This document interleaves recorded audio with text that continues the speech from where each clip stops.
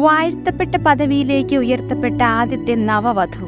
22-ാം വയസ്സിൽ റോഡ് അപകടത്തിൽ മരിച്ച മെഡിക്കൽ വിദ്യാർത്ഥിനിയായ സാന്ദ്ര സബാറ്റിനി എന്ന യുവതി 2021 ഒക്ടോബർ 24-നാണ് വാഴ്ത്തപ്പെട്ട പദവിയിലേക്ക് ഉയർത്തപ്പെട്ടത്. വാഴ്ത്തപ്പെട്ട പദവിയിലേക്ക് ഉയർത്തപ്പെട്ട ആദ്യത്തെ നവവധുവായ ഈ വിശുദ്ധയുടെ തിരുനാൾ സഭയിൽ അനുസ്മരിക്കുന്നത് മെയ് 2-നാണ്.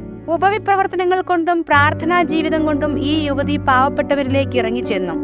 അവളുടെ വലിയ സ്വപ്നമായിരുന്നു ആഫ്രിക്കയിൽ പോയി സേവനം ചെയ്യണമെന്നുള്ളത്. പക്ഷേ വിവാഹം ഉറപ്പിച്ചിരുന്ന വേളയിൽ ഈ യുവതി കാർ അപകടത്തിൽ മരണപ്പെട്ടു. സാന്ദ്ര സബാറ്റിനി ഇറ്റാലിയൻ പട്ടണമായ റിക്കിയോണിൽ 1961 ഓഗസ്റ്റ് 19 ജനിച്ചു. റിമിനിയിലെ മിസാനോ അഡ്രിയാറ്റിക്കോ മുനിസിപ്പാലിറ്റിയിൽ തന്റെ കുട്ടിക്കാലം ചിലവഴിച്ചു.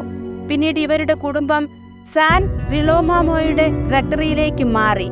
വൈദ്യശാസ്ത്രത്തിൽ യൂണിവേഴ്സിറ്റി പഠനം ആരംഭിച്ച അവൾ ഒഴിവു സമയങ്ങളും അവധിക്കാലവും രോഗികളെ ശുശ്രൂഷിക്കുന്നതിനായി വിനിയോഗിച്ചു.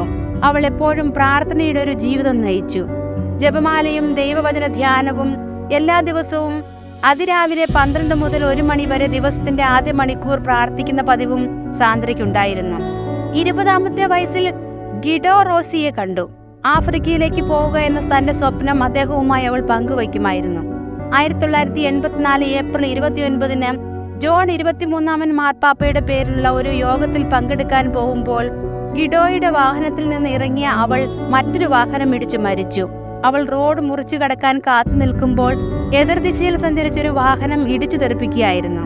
ഉടനെ ആശുപത്രിയിലേക്ക് മാറ്റിയ അവർ മെയ് 2-ന് മരിച്ചു.